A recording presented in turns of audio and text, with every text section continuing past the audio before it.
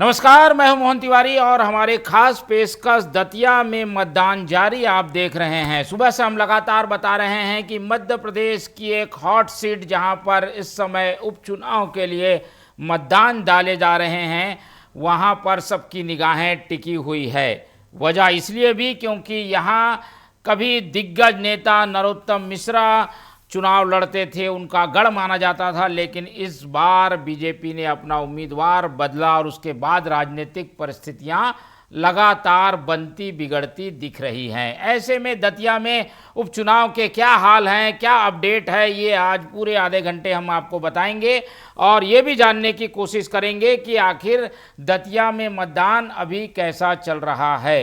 एक एक अपडेट आपको इस पूरे कार्यक्रम में बताएंगे। सबसे पहले खबर की शुरुआत करते हैं ब्रेकिंग न्यूज से। जो ब्रेकिंग न्यूज आ रही है दतिया से उपचुनाव को लेकर, इलेक्शन ब्रेकिंग आपके सामने, जिसमें दतिया में उपचुनाव के लिए वोटिंग जारी है, जिसे हम सुबह से बता रहे हैं।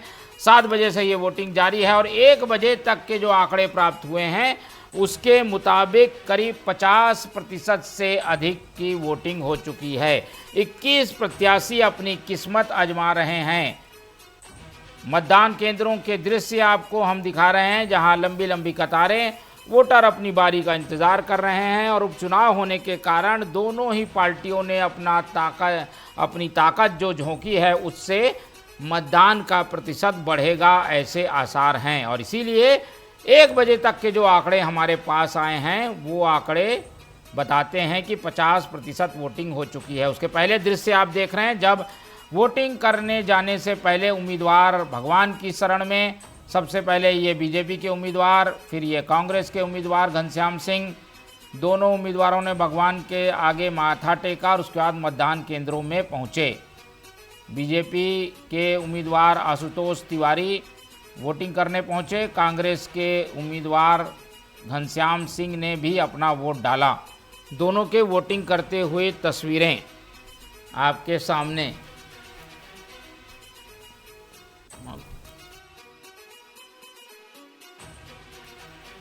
वोटिंग करते हुए प्रत्याशी आपको दिखाई दे रहे हैं।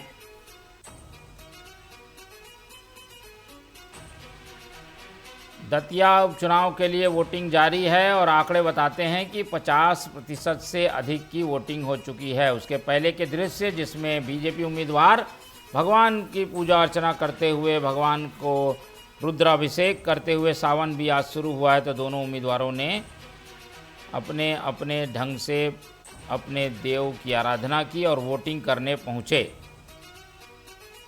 वोटरों की संख्या 2,20,000 है। यहाँ 2,20,000 वोटरों वाले इस दतिया विधानसभा में चुनाव जारी है।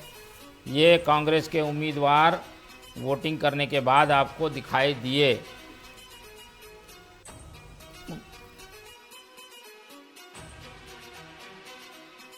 तब मिश्रा भी वोट करने पहुँचे। ये चुनाव के लिए एक बड़ा फैक्टर हैं, जिसे दादा फैक्टर भी कहा जाता है। नरोत्तम मिश्रा भी वोटिंग करने के लिए कतार में खड़े दिखाई दिए। चलिए, तो ये अपडेट हमने आपको दिया, क्या वोटिंग प्रतिशत रहा, कौन कौन ने वोट डाला, और उसके बाद अब राजनीतिक प्रतिक्रियाएं आपको सुनाते हैं। सबसे पहले सीएम मोहन का ट्वीट आपको दिखाते हैं। वोटिंग को लेकर उन्होंने क्या कहा, क्योंकि इस चुनाव में प्रतिष्ठा दांव में लगी हुई है, बीजेपी की और मुख्यमंत्री मोहन यादव की भी। और उन्होंने ट्वीट किया है और लोगों से अपील की है कि पहले मतदान फिर जलपान, अपना वोट दतिया के उज्जवल भविष्य और मजबूत लोकतंत्र की नींव को दें। ऐसा ट्वीट उन्होंने किया है। आपकी स्क्रीन पर डॉक्टर मोहन यादव, जो कि मुख्यमंत्री मध्य प्रदेश के, उन्होंने लोगों से अपील की है कि दतिया का अगर उज्जवल भविष्य चाहिए तो मजबूत लोकतंत्र को बनाने के लिए अपना वोट करें। बीजेपी को वोट करने की अपील करते हुए मुख्यमंत्री का ये ट्वीट आया है सुबह ही। तो ये मुख्यमंत्री की प्रतिक्रिया। और इसके बाद हम एक एक करके दिखाते हैं दोनों प्रत्याशियों ने क्या कहा वोटिंग करने के बाद। दोनों प्रत्याशी वोट करने पहुंचे थे और वोटिंग करने के बाद सबसे पहले सुनाते हैं प्रतिक्रिया बीजेपी के उम्मीदवार आशुतोष तिवारी की। आशुतोष तिवारी वोटिंग करने के बाद बाहर मीडिया कर्मियों से बातचीत करते हुए सुनिए क्या कह रहे हैं। लोकतंत्र में सबको चुनाव लड़ने की स्वतंत्रता है, पर मतदाता जागरूक है, मतदाता समझदार है। मतदाता दतिया के विकास के लिए कमल के फूल को अपना आशीर्वाद दे रहा है। दतिया का मतदाता चाहता है कि पिछले वर्ष 2.5 साल उसके विकास का पहिया थम गया था, अगले 2.5 वर्ष में पिछले 2.5 वर्ष की भी भरपाई हो और दतिया हमारा विकास के रफ्तार के साथ आगे बढ़े। सबका समर्थन कमल के फूल के साथ है, सबका आशीर्वाद विकास के साथ है। दतिया का मतदाता भविष्य में भी युवाओं को रोजगार चाहता है, वो चाहता है हमारी नई पीढ़ी के लिए कुछ ना कुछ अच्छा हो, विकास हो। तो दतिया में विकास हो, ये एक बड़ा एजेंडा और इसी मुद्दे को लेकर चुनाव में उतरे हुए हैं आशुतोष तिवारी, बीजेपी के उम्मीदवार। वो कह रहे हैं कि 2.5 साल जो बीत गए उसमें कांग्रेस के उम्मीदवार जीत कर आए थे तो वो खराब हो गया, अब लेकिन 2.5 साल बेहतर करना है, इसलिए बीजेपी को वोट दें। कांग्रेस के उम्मीदवार ने भी अपना वोट डालने के बाद क्या कुछ कहा वो भी आपको सुनाते हैं। घनश्याम सिंह वोट करने पहुंचे थे, वोट करके निकलते हुए दृश्य आपको दिखाते हैं, उसके बाद उनकी बाइट सुनाएंगे। घनश्याम सिंह वोट करने पहुंचे थे,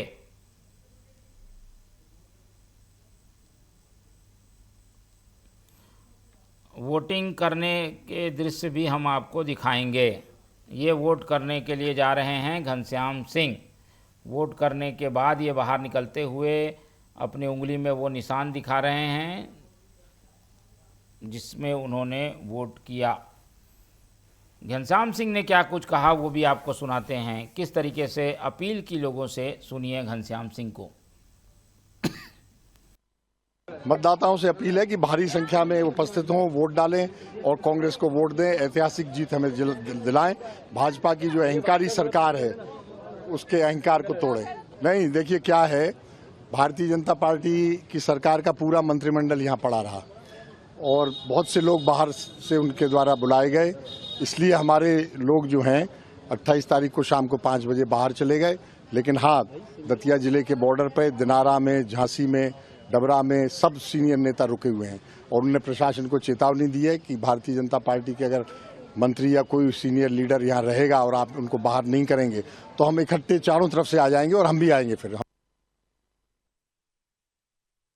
चलिए, ये इलेक्शन का टसन जिसमें इस बात को लेकर बार बार टकराव जैसी स्थिति बनती है कि वो प्रचार थमने के बाद भी बाहरी लोग मौजूद हैं। हालांकि अपनी पार्टी को मदद करने के लिए कई लोग रुक जाते हैं, लेकिन ये नियम विरुद्ध है और इसी बात की शिकायत करते हुए कांग्रेस के उम्मीदवार दिखाई दे रहे हैं। और वोटिंग के लिए क्या प्रमुख मुद्दा है, ये किनारे हो गया। क्या मशीनरी का दुरुपयोग हो रहा है, बीजेपी कैसे हथकंडे अपना रही है, ये एक अहम मुद्दा बना हुआ है कांग्रेस की ओर से। इस पूरे चुनाव में एक अहम फैक्टर है, आपको बता दें, दादा फैक्टर, जो कि यहाँ बरसों से विधायक रहे हैं, यहाँ की रहनुमाई उन्होंने की है और इस बार उन्हें टिकट नहीं मिला है। हम बात कर रहे हैं नरोत्तम मिश्रा की, जो कि इस बार भी चर्चा का विषय बने हुए हैं, चर्चा का विषय बने हुए हैं। क्या कुछ कह रहे हैं नरोत्तम मिश्रा। वोटिंग में मतदान केंद्रों में सक्रिय नजर आए थे नरोत्तम मिश्रा। विजुअल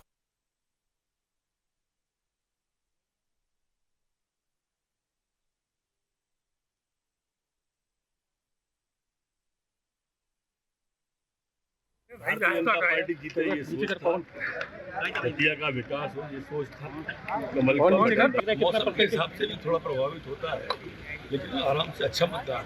कांग्रेस जब हारती है तो ऐसे ही आरोप लगाती है, हताशा और निराशा का परिचय, वो ज़्यादा अच्छा बता पाएंगे, पता मुझे भी नहीं। विकास पसंद दतिया की जनता है, वो विकास को पसंद करेंगे।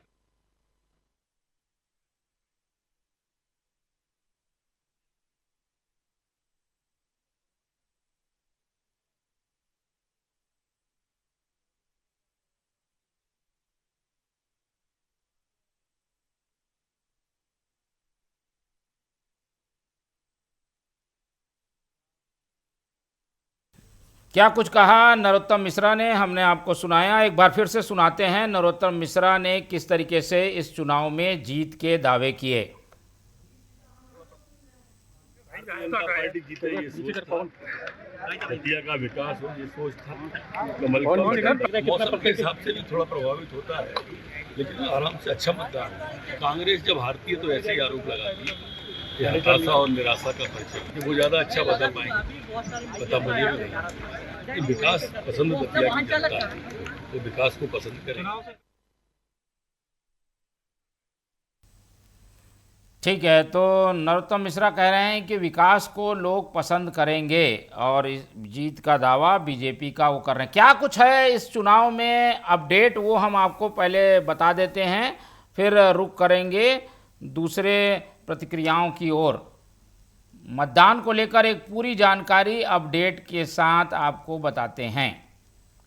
तो दतिया में उपचुनाव जिसमें अब तक 50% वोटिंग हो चुका है, सुबह 7 बजे से मतदान जारी है और ये 6 बजे तक जारी रहेगा मतदान। वोटरों की संख्या करीब 2,20,000 है। 2,20,000 वोटर इस चुनाव में अपनी हिस्सेदारी कर रहे हैं। इसके अलावा बीजेपी के लिए मुद्दा सुशासन है, जबकि कांग्रेस के लिए मुद्दा विकास है। इस क्षेत्र के विकास पर जोर दे रही है।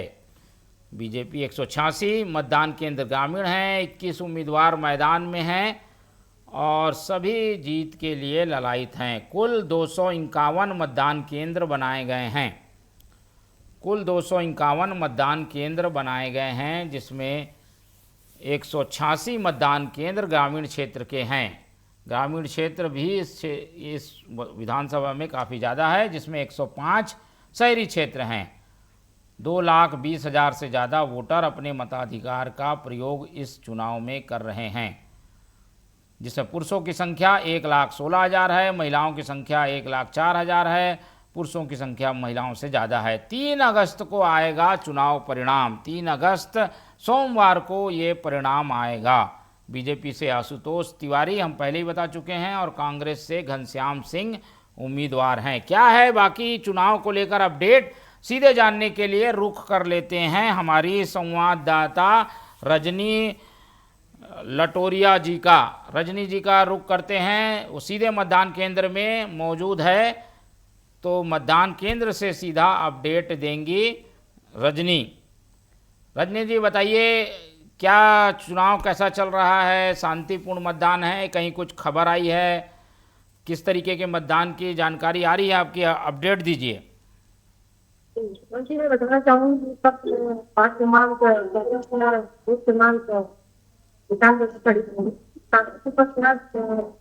चुनाव चल रहा है, मतदान चल रहा है। आपको कुछ क्षेत्रों में है अभी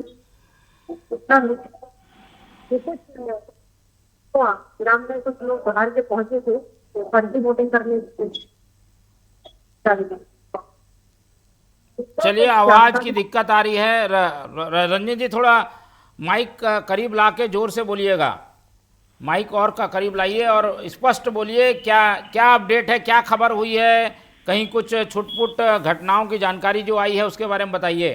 जी, मैं बताना चाहूंगी मोहन जी आपको कि मैं इस वक्त बात क्रमांक 34 के केंद्र में खड़ी हुई हूँ। 98 बूथ केंद्र है, तो यहाँ मतदान बड़े अच्छे से चल रहा है, शांतिपूर्वक चल रहा है। और यहाँ अभी सभी जगह ऐसी कोई घटना दुर्घटना की ऐसी कोई बात नहीं आई है सामने। हाँ, उद्वा जो ग्राम है जिगना, तो वहाँ जरूर एक सूचना मिली है कि वहाँ कुछ बाहर के झांसी के कुछ लोग आए थे जो फर्जी वोटिंग करने की कोशिश कर रहे थे, लेकिन वहाँ आर्मी और जो बीएसएफ के जवान हैं और पुलिस है, उन्होंने उनको पकड़ा और पकड़ के उन्हें ठीक है कार्रवाई जो भी की हो। मतदान केंद्रों में आए लोगों से कुछ बात हो सकती है तो बात करिए, लाइनें दिखाइए, कतार अगर दिख पाए तो। ये आप देख रहे हैं कि मेरे पीछे जो ये आ रहे हैं, ये बहुत मतदान करने के लिए जा रहे हैं, हमारे तरफ बात करने की तो कोशिश करते हैं। आप ठीक है, चलिए, मतदान करके लोग आएंगे तो बात करिएगा। अभी क्या लग रहा है, क्या मुद्दे वहां काम कर रहे थे, कौन सा मुद्दा वहां चला है जिसके आधार पर लोग वोट कर रहे हैं? विकास के मुद्दे को लेकर ज्यादा यहाँ के जो मतदाता हैं बात कर रहे हैं कि हम जिसको मत कर रहे हैं, हम यही चाहते हैं कि विकास यहाँ का ना रुके, विकास होता रहे। हम लोगों को जो परेशानी होती आ रही है आज 2.5-3 साल से, वो परेशानी हमारी ना हो। ठीक है, चलिए आप हमारे साथ बने रहिए। ज़्यादा अपडेट के लिए हम भोपाल का भी रुख करेंगे, लेकिन आपको बता दें कि लगातार इस मामले में प्रतिक्रियाएं सामने आ रही हैं। चुनाव सुबह से जारी है और इस मामले को लेकर कलेक्टर दतिया क्षेत्र के भी हमारे पास प्रतिक्रिया है, वो भी आपको सुनाते हैं। क्या कुछ मतदान को लेकर अपडेट दे रहे हैं दतिया उपचुनाव के निर्वाचन अधिकारी। विधानसभा में सभी मतदान केंद्रों पे मॉक पोल 5:30 बजे से शुरू हुआ है और ठीक समय पे ही मॉक पोल समाप्त किया गया है। किसी में भी कोई भी गड़बड़ी नहीं आई है। उसके साथ साथ ठीक समय पर 7 बजे मतदान शुरू हुआ है और सभी मतदान केंद्रों पे मतदान सुरक्षित रूप से शांति से शुरू हुआ। दतिया विधानसभा में सभी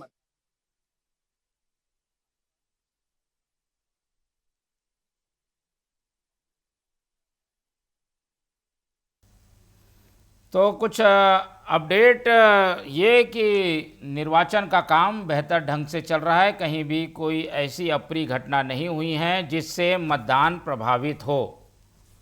अब आगे की प्रतिक्रियाएं आपको सुनाते हैं।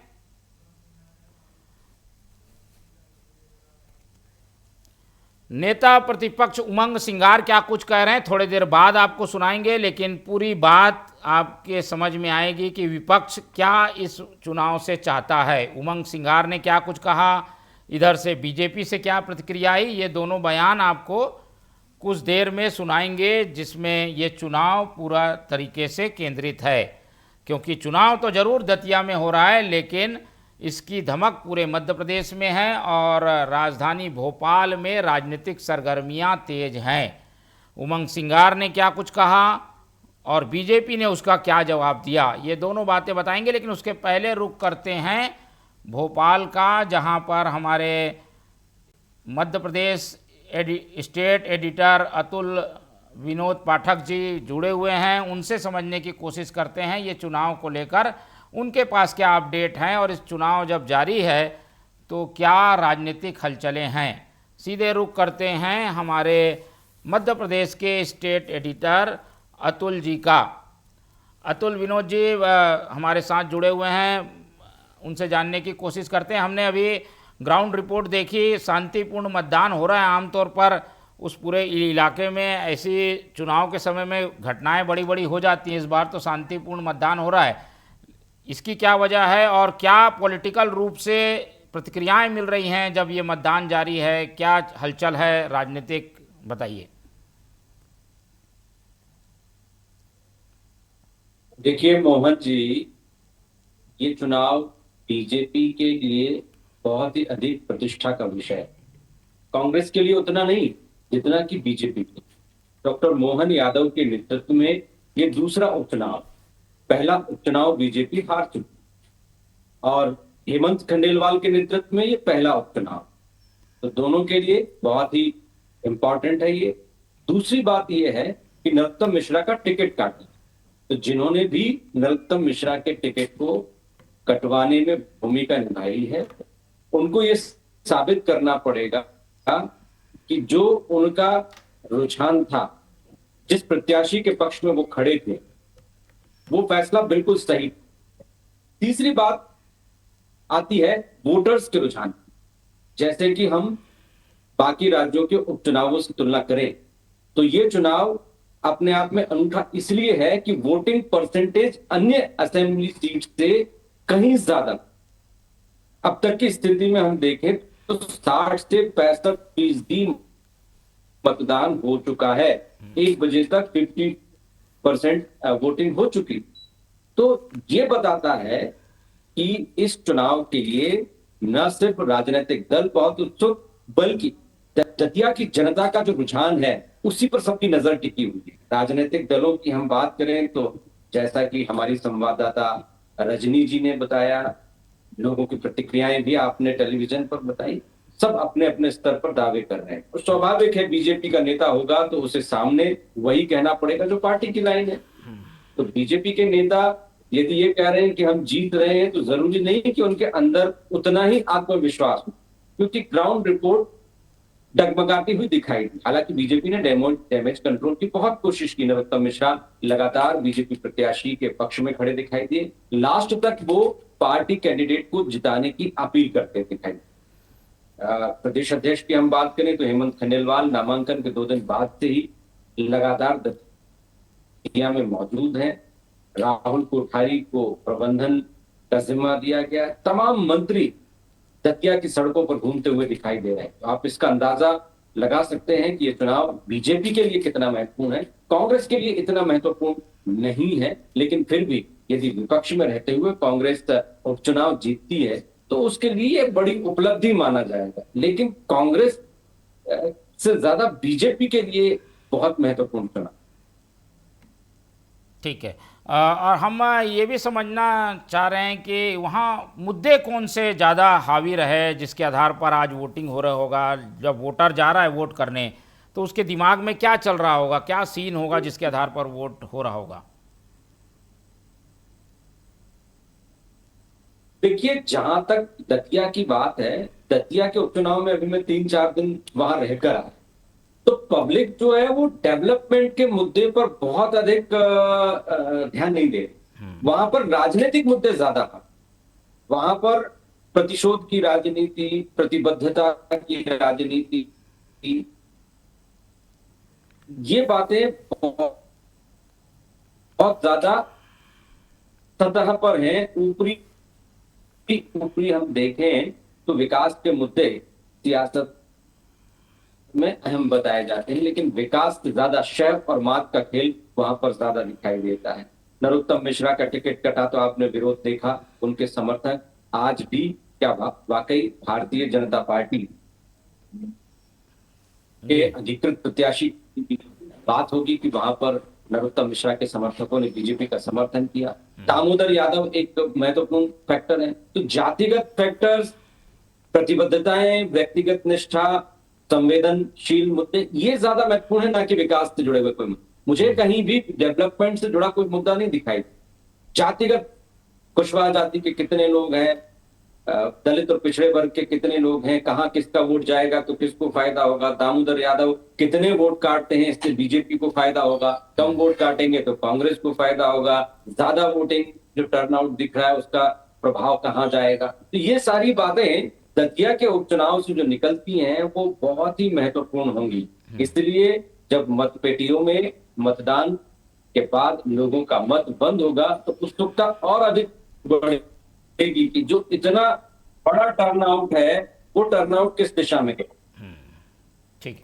और हम ये भी समझना चाह रहे हैं क्योंकि ये मतदान की परिस्थिति जिन वही विषयों को लेकर बनी, जो प्रत्याशी थे उनका निर्वाचन रद्द हो गया, ये भी एक मुद्दा है क्या कि इसके पीछे कोई कारण था या ये कोई मुद्दा बन रहा है, दिखता है क्या? तो हम जैसा कि बता रहे हैं कि मतदान जारी है दतिया में और हाई प्रोफाइल सीट पॉलिटिकल रूप से भी महत्वपूर्ण और जनता के लिहाज से भी, क्योंकि उन्हें अपना नया विधायक मिलेगा। दोनों ही पार्टियों ने अपने उम्मीदवार नए दिए हैं। जी अतुल जी, कोई बात पूरी कर रहे थे आप?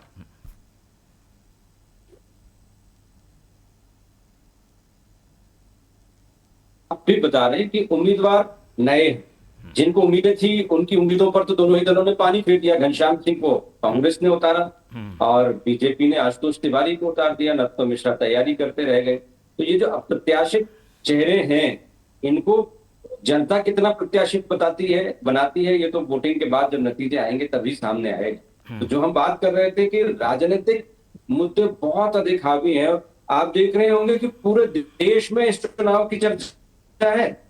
ये एक असेंबली का चुनाव है, लेकिन इसके नतीजे बहुत अधिक प्रभावित करेंगे मध्य प्रदेश की राजनीति, क्योंकि यहाँ पर एक तरफ पूरी भारतीय जनता पार्टी का संगठन, जिसके लिए तमाम तरह के कसीदे पढ़े जाते हैं कि इतना बड़ा संगठन है, इतना बड़ा लाव लश्कर, सरकार होते हुए भी यदि बीजेपी वहां से हार जाती है तो बीजेपी के लिए तो कठिन होगा। लेकिन बीजेपी ने कोशिश भी बहुत की है साधने की, यादव समाज को साधने के लिए। महेंद्र सिंह यादव जो कि विधायक हैं, महेंद्र सिंह यादव दूसरे जो कि अपेक्स बैंक के चेयरमैन है, उनको लगाया। भरत सिंह कुशवाहा को चुनाव का प्रभारी बनाया। तो तमाम जातिगत समीकरणों को साधने की कोशिश की है। नरोत्तम मिश्रा ब्राह्मण वर्ग से आते हैं, तो ब्राह्मण वर्ग से ही आशुतोष तिवारी को उतारा गया। घनश्याम सिंह वहां के राज परिवार से आते हैं, 2 बार के विधायक रहे हैं, उनको कांग्रेस लेकर आई।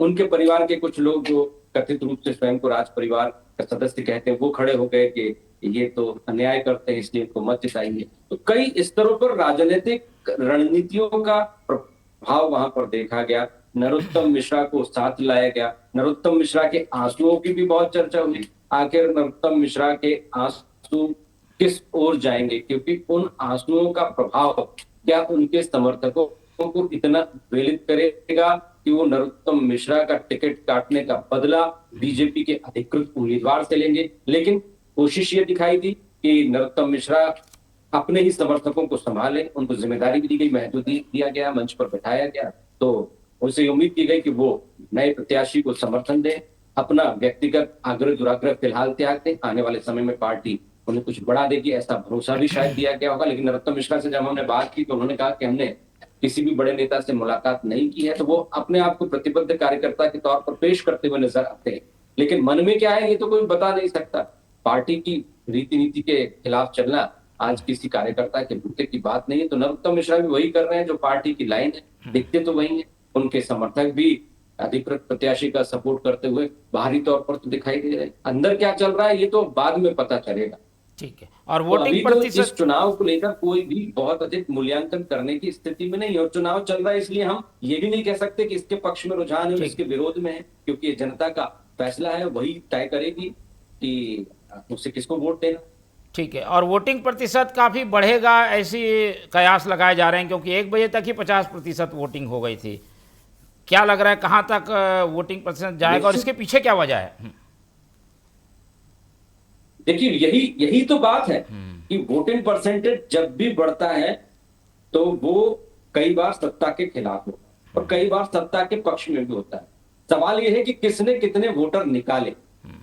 क्या बीजेपी ने एक एक वोटर को जो उसका समर्थक है उसको निकालने में कामयाबी पाई, क्योंकि चप्पे चप्पे पर उसके कार्यकर्ता तैनात रहे, एक एक मंत्री को 4-4, 5-5 गांवों का जिम्मा दिया गया, या कांग्रेस के पक्ष में ये तमाम मतदाता हैं सत्ता पक्ष सत्ताधारी दल के प्रत्याशी के खिलाफ है। तो अभी कुछ भी कहना बहुत जल्दबाजी। प्रतिशत कहां तक जाता है, इसका असर क्या होता है, ये तो चुनाव परिणाम आने पर ही पता चलेगा। इससे पहले कुछ भी बोलना जनता के जो लोकतांत्रिक अधिकार है उस पर प्रश्न चिन्ह खड़ा करना होगा कि उनके मन में क्या है, हम कैसे जानते हैं। तो निश्चित रूप से हवाएं हैं, अब वो किस पक्ष में है किसके विरोध में है, चर्चाओं का बाजार गर्म है। जिसकी जैसी दृष्टि होती है वैसी सृष्टि होती है। यानी बीजेपी का समर्पित कार्यकर्ता है तो वो तो यही कहेगा कि ये जो लहर है, जो वोटिंग परसेंटेज है वो उसके पक्ष में गया है। और हमेशा ऐसा होता भी रहा है कि बीजेपी को कई बार अधिक वोटिंग परसेंटेज का लाभ मिला है। लेकिन एक पक्ष ये भी कह रहा है कि जनता मन बना चुकी है, इस बार बीजेपी को सबक सिखाना है। दादा के समर्थकों के बारे में कुछ और कहा जा रहा है। ठीक है, बहुत धन्यवाद आपका अतुल जी अपडेट के लिए, और हम आपसे लगातार और सूचनाएं और अपडेट लेते रहेंगे। अगली बार बुलेटिन में फिर से आपको जोड़ेंगे। फिलहाल दतिया में मतदान जारी है और पूरा दंगल सज चुका है। ऐसे में वोट किस करवट बैठेगा, किसको फ़ायदा होगा, वोटिंग प्रतिशत इस बार बढ़ रहा है, नए दोनों उम्मीदवार हैं, राजनीतिक दलों की प्रतिष्ठा दांव में लगी हुई है, तो इसकी राजनीतिक हलचल भोपाल में भी देखने को मिल रही है। इस पूरे मामले में कांग्रेस की क्या प्रतिक्रिया है, नेता प्रतिपक्ष उमंग सिंगार क्या कुछ कह रहे हैं, वो भी हम आपको सुनाएंगे। तो भोपाल में प्रतिक्रिया, हलचल राजनीतिक रूप से, उमंग सिंगार मीडिया से चर्चा कर रहे हैं दतिया उपचुनाव को लेकर। क्या कुछ कहा उमंग सिंगार ने वो भी आपको सुनाते हैं इस चुनाव को लेकर, सुनिए। अब ये तो देखिए वहाँ के उम्मीदवार वोटर तय करेंगे कि क्या होने वाला है, लेकिन मुझे विश्वास है जिस प्रकार से मैं गाँव में घूमा, जनता में रोष दिखा सत्ता के खिलाफ, किसान परेशान थे, युवा परेशान थे, तो निश्चित तौर से मुझे लगता है कि कांग्रेस वहाँ से चुनाव मजबूती के साथ जीतेगी। देखिए स्वाभाविक है, हर पार्टी अपने अपने पक्ष के अंदर अपील करती है, तो एक सामान्य बात है। तो देखिए वहाँ के उम्मीदवार